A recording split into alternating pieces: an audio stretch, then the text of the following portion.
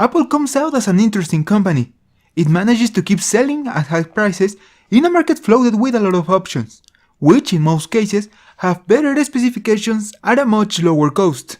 It shouldn't then come as a surprise that the company and its products are highly disliked among technology consumers. Despite that, as I just told you, it keeps on selling, generating revenue, and has one of the most loyal user bases we can find.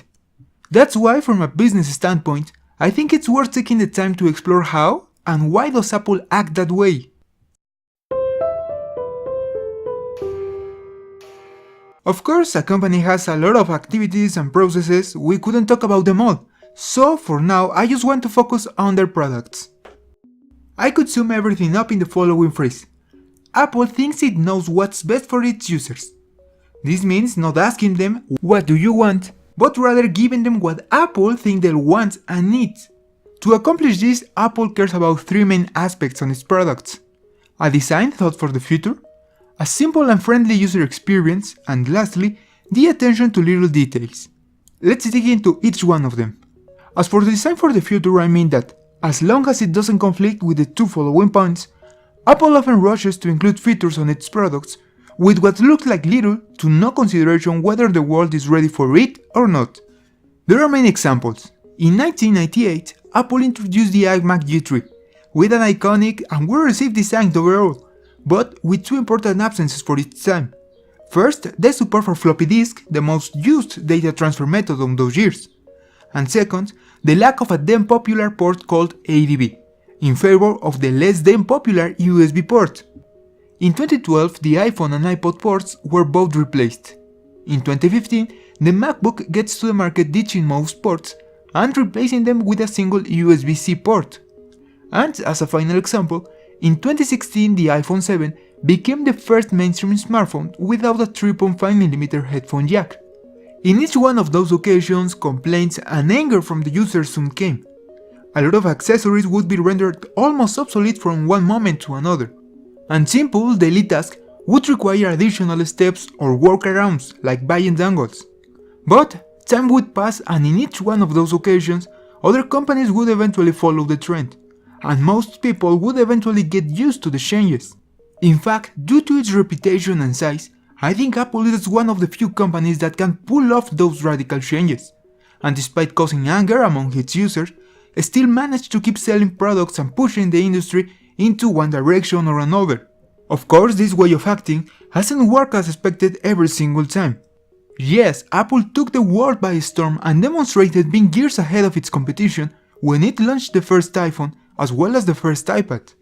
But also had notable flops, like its hockey puck mouse, which honestly looks kinda cool but far from ergonomic, and the Apple III computer, built without vents so it would run quiet, but with a tendency to overheat and fail time after time due to that same reason. And as a final addition to this point, this way of acting allows the company to support its devices in the software department for longer than most of its competitors. The second aspect I want to talk about is the importance of the user's experience. You see, most companies pack into their devices the most features they can, and also focus on having the highest possible specifications on paper. Apple doesn't seem to care about that competition, and rather, it includes enough RAM on its devices for them to run smoothly, not enough to look better on paper than other devices. It doesn't include the highest resolution on its devices, maybe not because it can, but because it knows that the average user won't care about it, and won't be able to really tell the difference unless the display is held right next to his eyes. Also, a lower resolution generally means that the battery will last longer.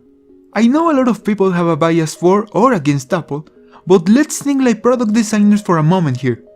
What do you think the users would appreciate the most? Having the most gigs of RAM or having a lag-free device?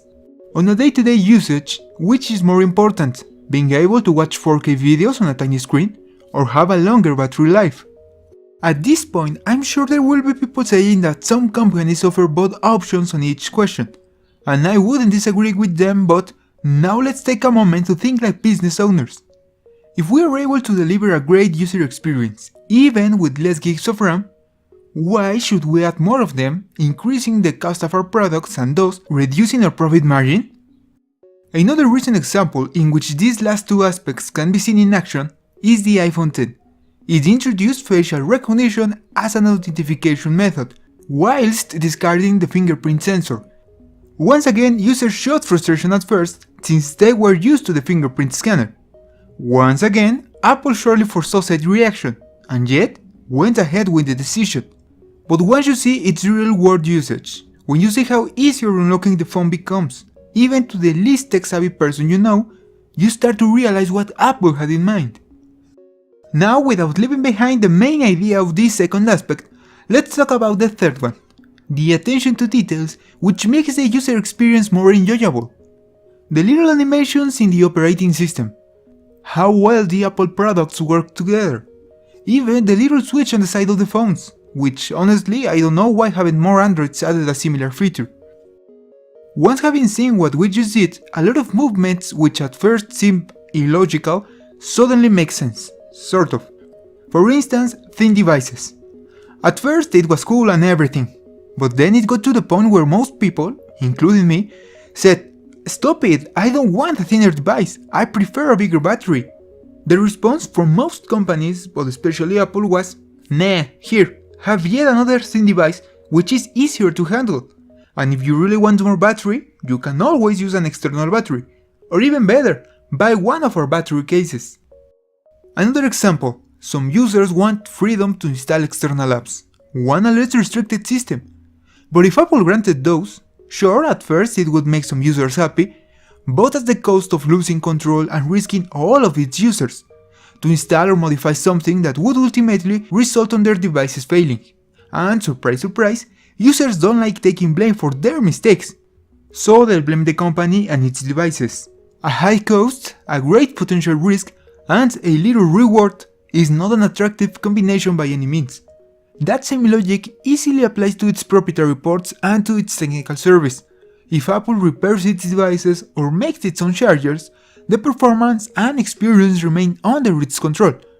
But the moment people are able to use different brands' charging bricks, or the moment they take their devices to a non-authorized reparation center, something may go wrong, and it's far more likely for the user to blame Apple over themselves for not having used the appropriate charger. This way of operating also comes with a great and obvious financial benefit. It's like if Apple said, "As long as you stay with me and do things my way, everything will work the way it should."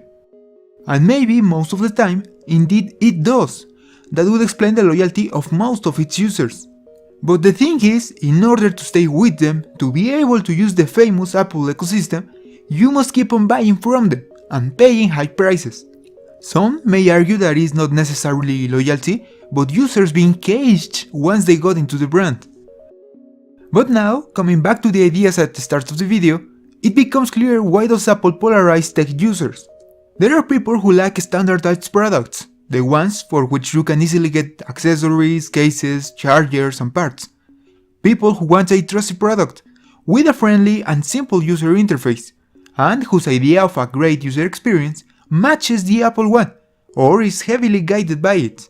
But there are also people who don't like being taken by the hand in every step, the ones that do not necessarily prefer the freedom and customization over simplicity, but like having both possibilities. People who don't want to choose between facial recognition or fingerprint scanner if they can have both. And maybe most of all, people who cannot bear with the idea of a product being priced so high, yet not having the best possible specifications on paper. In the end, I think each type of user is convinced of being right, and that changing minds are not a common occurrence in this regard. What comes as interesting though, is that Apple takes advantage even from this behavior. It doesn't just sell you a product, the user experience, or the technical support. It also sells you the chance to take a side. And I've seen few things affecting human behavior as much as forming part of a team does. Not only because you find like-minded people, but because you have something to stand for and defend. Some people defend the products, the company, some others try to reassure their decision of buying such expensive devices. Now I would love to read your input on the matter. Which one do you prefer and why? Android or iOS? Windows or macOS? Or maybe even other option? At any given moment, have you changed your preferences? And if so, what made you change? If you were to receive a device for free, would you prefer for it to be an Apple device or some other? I'll see you in the comments and on the next episode of Financial Titans.